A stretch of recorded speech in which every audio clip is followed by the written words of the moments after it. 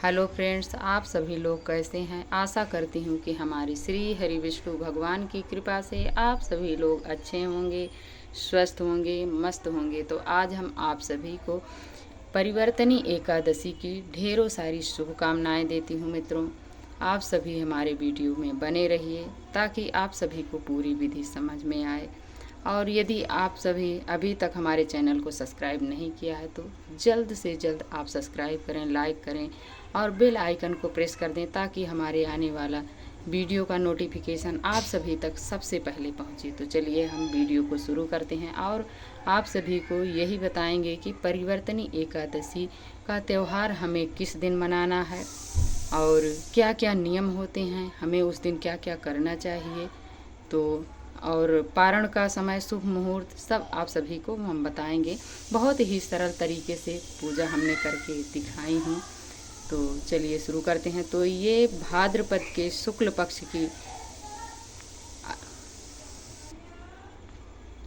तिथि को ये परिवर्तनी एकादशी मनाई जाती है मित्रों, और इसे जल झूलनी भी एकादशी के नाम से जानते हैं और पद्मावती भी इस एकादशी को कहते हैं। इस दिन हमारे श्री हरि विष्णु भगवान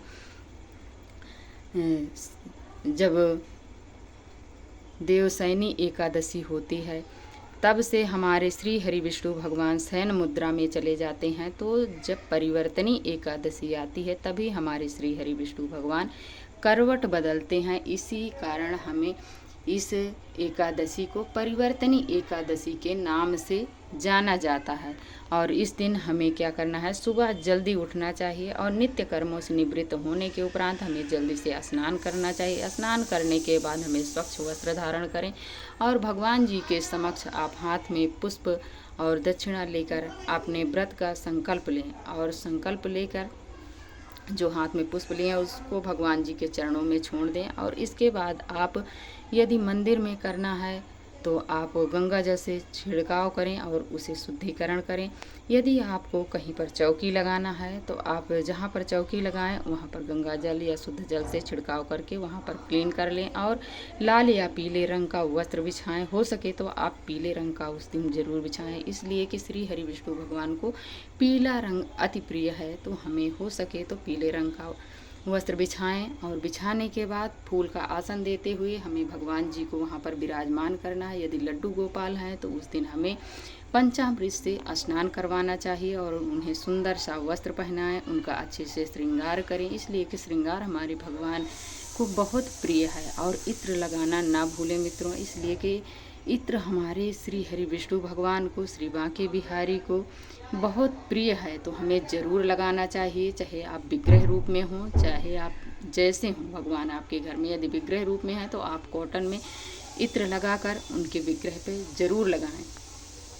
और यदि आपके घर में विग्रह रूप में हैं तो आप उन्हें फूल का आसन देते हुए विराजमान करें और एक लोटे में जल लें और जल से आप पुष्प की सहायता से आप उन्हें शुद्धिकरण करें, छींटा लगाएं। उसके बाद फिर आप इस व्रत में हमें कलश की स्थापना अवश्य करनी चाहिए। यदि कलश की स्थापना नहीं कर रहे हैं तो गौरी पुत्र गणेश भगवान को जरूर अपनी पूजा में विराजमान करें, इसलिए कि बिना गणेश भगवान की पूजा किए हुए कोई व्रत पूजा आपकी संपूर्ण नहीं मानी जाती है। तो हमें यदि नहीं गणेश भगवान है तो आप कलश की स्थापना जरूर करें, इसलिए कलश में सभी देवी देवता का वास होता है तो हमें ज़रूर रखना चाहिए। और आप एक लोटे में जल लें और उस लोटे को, कलश को हमें पुष्प का आसन देते हुए वहाँ पर विराजमान करना है। फिर उसके बाद आप लोटे में एक स्वास्तिक बनाएं लाल रंग का, इसलिए कि ये माता लक्ष्मी का प्रतीक माना जाता है, बहुत हिंदू धर्म में शुभ माना जाता है। तो हमें स्वास्तिक जरूर बनाना चाहिए और कंठ में हमें मौली बांध लेना चाहिए। और लोटे के अंदर हमें सिक्का, सुपारी और पुष्प, दूर्बा, हल्दी, लौंग, इलायची, ये 5 या 7 चीज़ें लोटे के अंदर हमें डाल देना है। यदि गंगा जल है तो आप गंगा जल जरूर डालें, या तो शुद्ध जल भर के आप ये चाहें तो दीप कलश की स्थापना कर सकते हैं। नहीं, आप नारियल और चुनरी लपेटकर उसमें ज़रूर रखें, इसलिए कि जो नारियल होता है ये बहुत पवित्र फल होता है और एक पुत्र के रूप में इसे माना जाता है। तो इस चाहे तो आप नारियल बांधकर चुनरी में रख सकते हैं या दीप कलश रखते हैं, जो आपकी इच्छा हो। और पंच पल्लव लगाइए, चाहे तो आप अशोक का पत्ता मिले, अशोक का पत्ता नहीं, आम का पत्ता लगाकर उसे हल्दी और कुमकुम रोली से हमें टीक देना है, लोटे को अच्छे से टीकना है। और श्री हरि विष्णु भगवान को हमें पीले चंदन से उन्हें तिलक करना है। और इसके बाद हमें वस्त्र स्वरूप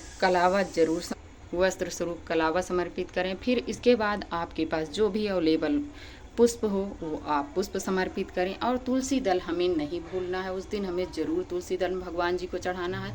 और इस दिन एकादशी के दिन हमें तुलसी दल नहीं तोड़ना चाहिए, तो एक दिन पहले हमें इसको तोड़कर रख लेना चाहिए, ये बासी नहीं मानी जाती है।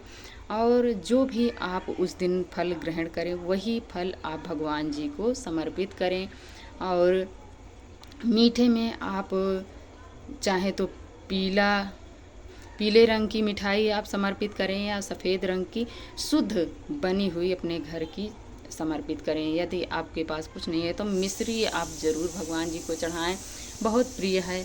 और जब भी आप पूजा करें उसमें जल का विशेष ध्यान रखें, जल ना भूलें।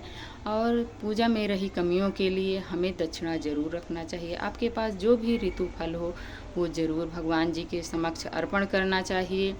ये भगवान जो हैं ये भाव के भूखे होते हैं मित्रों, हमारे पैसा और मेवा मिष्ठान फल फ्रूट के भूखे नहीं होते हैं। जो आपकी श्रद्धा से जो आपके घर में हो वो आप ज़रूर समर्पित करें, भगवान जी उसे ज़रूर स्वीकार करते हैं।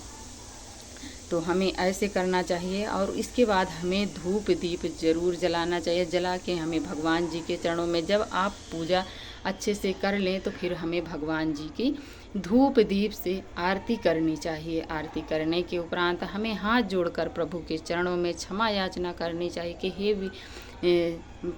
हे ठाकुर जी, मैं आपके चरणों में हाथ जोड़कर क्षमा याचना करती हूँ, मेरे पूजा में रही कमियों के लिए आप मुझे क्षमा करें। और इस दिन हमें मित्रों जितना से जितना हो सके उस दिन नाम जप करना चाहिए, भजन कीर्तन करना चाहिए, दान पुण्य करना चाहिए, नाम का उच्चारण करना चाहिए भगवान जी के।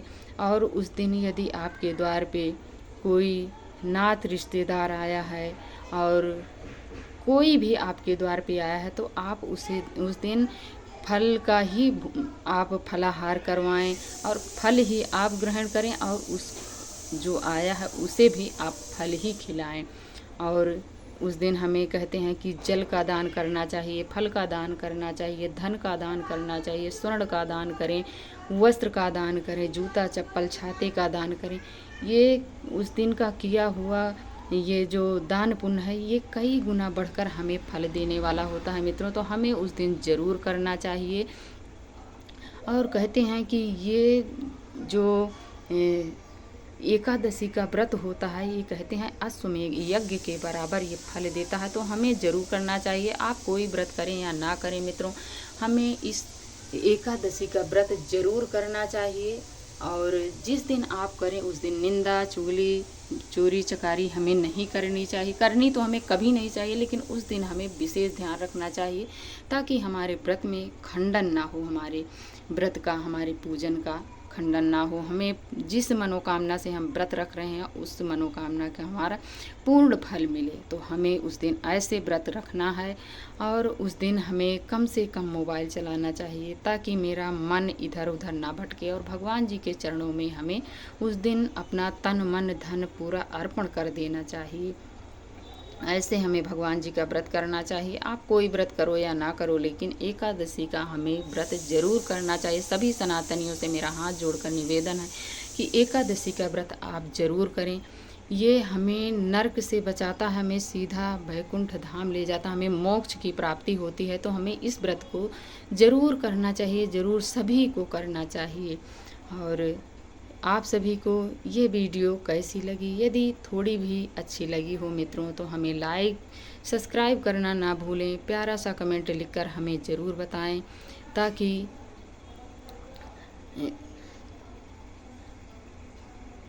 खुशी मिलती है मित्रों। और वीडियो देखने के लिए आप सभी को बहुत बहुत धन्यवाद मित्रों। राधे राधे, जय श्री कृष्णा।